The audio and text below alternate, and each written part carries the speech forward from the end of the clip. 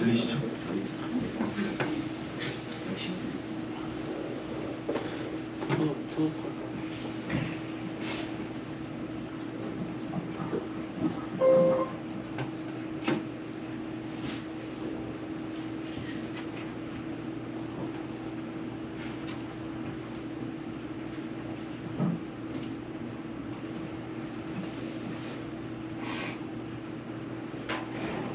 네, 저희 C조 발표 시작하도록 하겠습니다. 발표자 구성이고요. 저희 작업 계획, 작업 과정, 검토 및 결과 이렇게 세 가지 순서로 크게 세 가지 순서로 진행해 보도록 하겠습니다. 작업 계획인데요. 건물을 어떻게 선정했고 협업을 어떻게 진행했고 일정 계획이 어땠는지 보도록 하겠습니다. 먼저 주변 상황입니다. 보시는 것처럼 주변에 이렇게 건물들이 있고 가운데 부지에 건축물을 시공하기로 계획하고 진행했습니다. 개요는 또 보시는 것과 같고요. 한번 얘기해 볼 부분은 지하 1층, 지상 10층의 규모를 가지고 있고 일단은 저희는 다 모델링을 하기는 했습니다. 모델링 했고 기준층이랑 필요한 부분만 이제 내부 마감 조금 더 신경 써서 진행하는 쪽으로 잡았습니다. 협업 계획은 저희는 메신저, 카카오톡을 통해서 대부분 자료를 공유하고 계획을 진행했고요. 보시는 것처럼 뭐 작업한 것들을 이렇게 공유하기도 하고 필요한 부분들을 이렇게 메신저 통해서 조율했습니다. 그리고 다음으로 서버랑 링크 관련된 부분인데 저희는 기본적인 모델링 같은 경우에는 서버를 통해서 작업을 모두 했고요. 그 대지 같은 경우는 복잡하기도 하고 이제 이렇게 맞물리는 것이 조금 약간 그런 소요가 좀 복잡한 부분이 있다고 생각이 들어서 이제 외부에서 작업을 한 뒤에 링크로 이렇게 작업시켰습니다. 업무 분담은 또 보시는 것처럼 이렇게 파트별로 나눠서 진행을 했는데요. 먼저 지하 모델링하고 대지 모델링 나누고 지하 1층 모델링, 내부 마감, 2, 3층 모델링, 뷰 템플릿, 그 위로 상층부 모델링, 내부 마감, 저는 뭐 패밀리 작성하고 그 외에 추가적인 외부 마감이나 다양한 것들을 손대봤습니다. 이렇게 토대로 일정표를 작성했는데요. 첫 주는 다들 그렇게 하셨겠지만 8, 9일에는 모델 선정하고 서버 연결한 다음에 기본적으로 필요한 패밀리와 기준 타입들 작성했고 그 다음 주에는 이것들을 토대로 구조 모델링 진행하고 이어서 건축 모델링 진행했습니다. 그리고 그 다음 주는 이 준비된 모델링을 가지고 나리소스 진행했고요.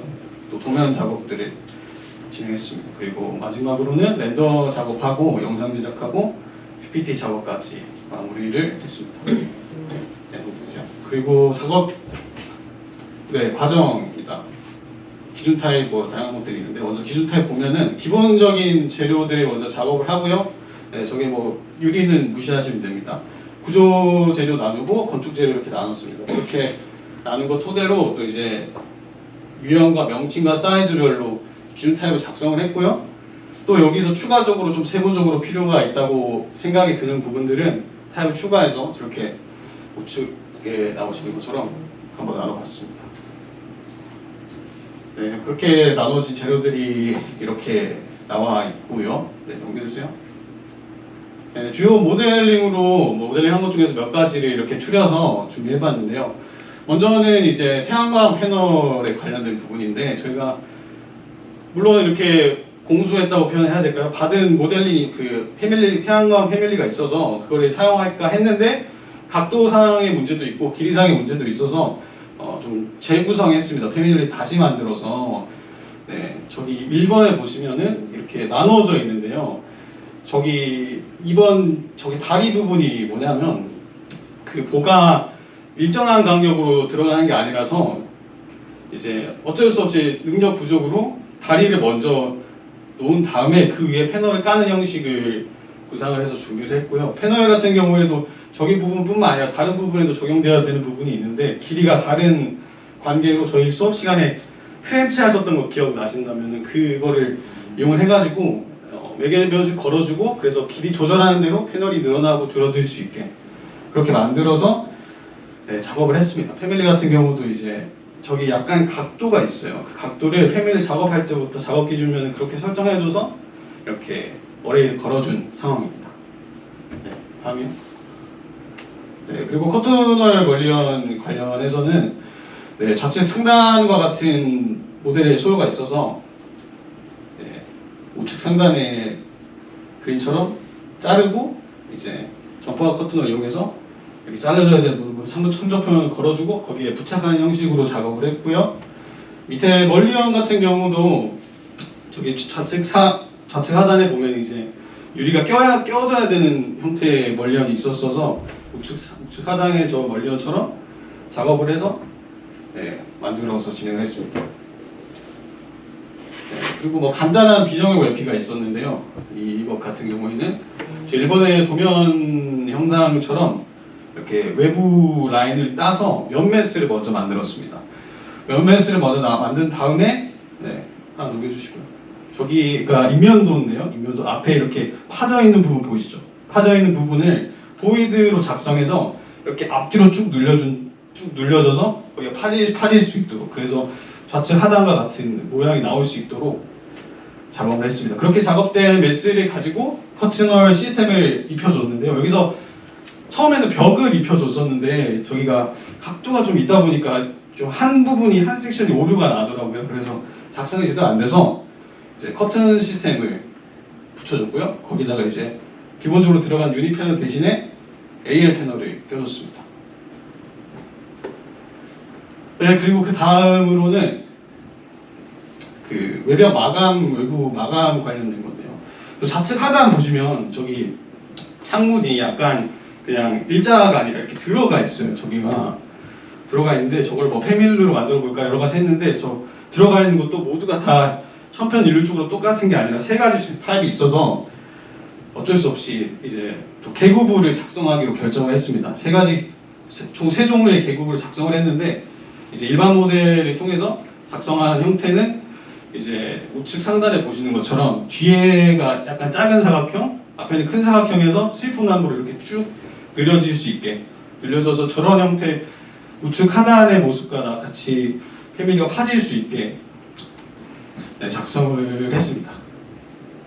다음에 그리고 뭐 비슷한 개념으로 이제 경사각 외부 패널이 저기는 뒤측 그 후측 후방 부분인데요. 거기도 저런 우측 상단과 같은 뭐 형태의 소요가 있어서 저기 사다리꼴 보이시죠?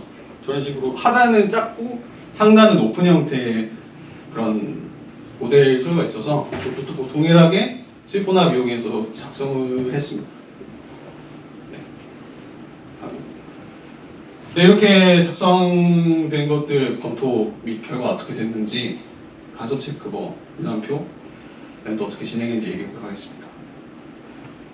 네, 먼저 나비스웍스 통해서 간섭 체크 진행했고요.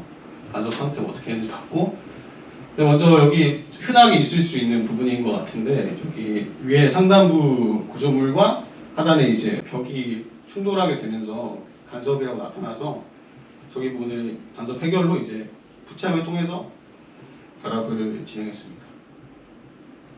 네, 이 사진은 이제 아까 앞에 멀리언을 작성했다고 말씀을 드렸었는데 그 멀리언을 보면은 유리가 딱 정확하게 그 유리에 맞게 껴지는 타입이라는 거죠. 근데 그 껴지는 정확하게 유리에 맞는 패널 그 멀리언에 AL 패널을 끼게 되다 보니까 두께가 커지면서 그 튀어나와 있는 부분에 단성이 발생하게 되는 상황이거든요. 그래서 일반적인 멀리언으로 교체를 해서 거기 맞을 수 있는 멀리언으로 교체를 해서 네, 간섭을 해결했습니다. 네, 그리고 이어서 공정표입니다.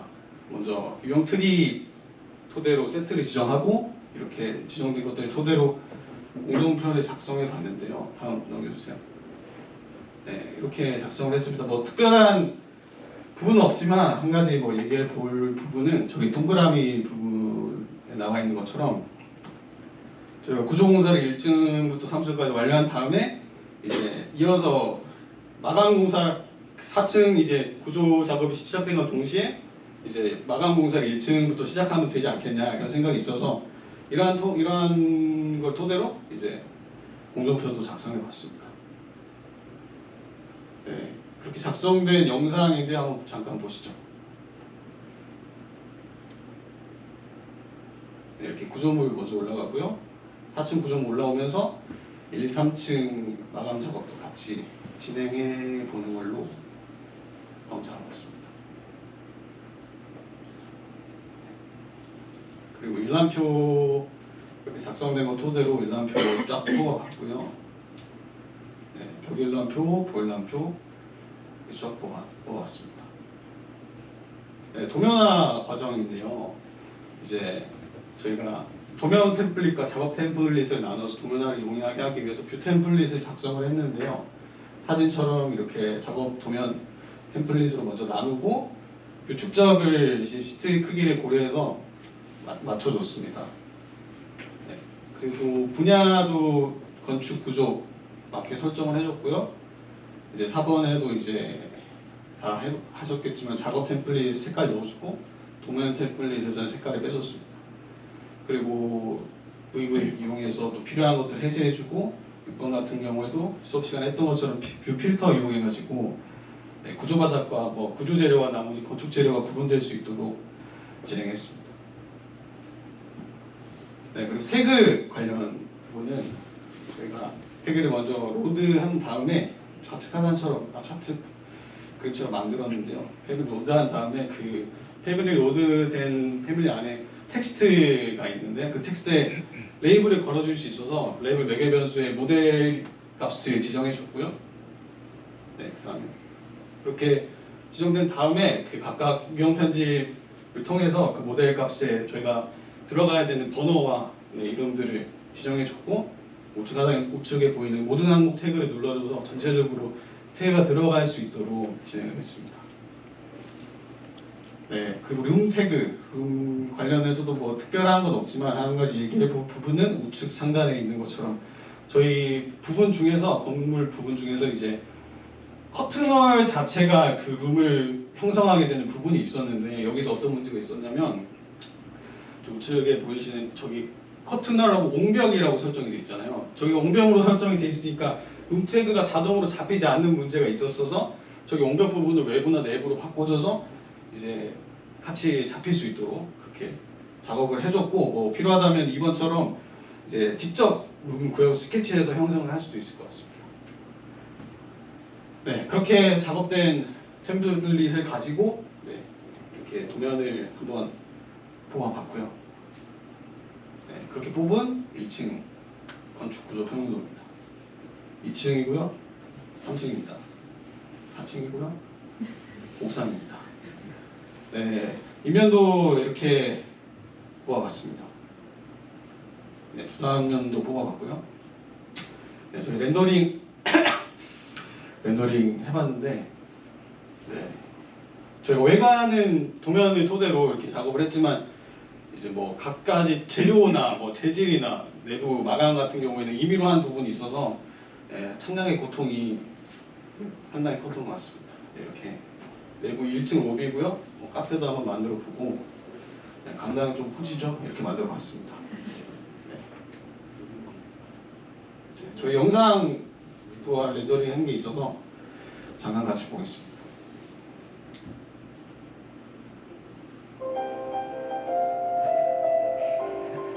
좀 부족한데 수작업이 필요한. 제가 렌더할 때 깜빡해가지고 못 눌렀습니다. 네, 자전거 타면서 이렇게 열심히.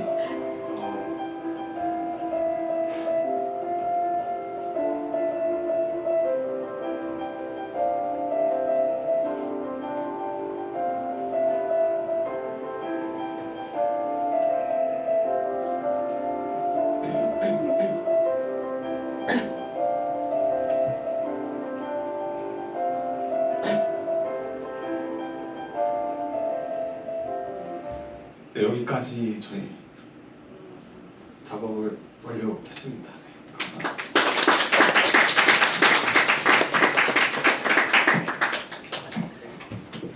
안 한 것 같은데, 느낌이?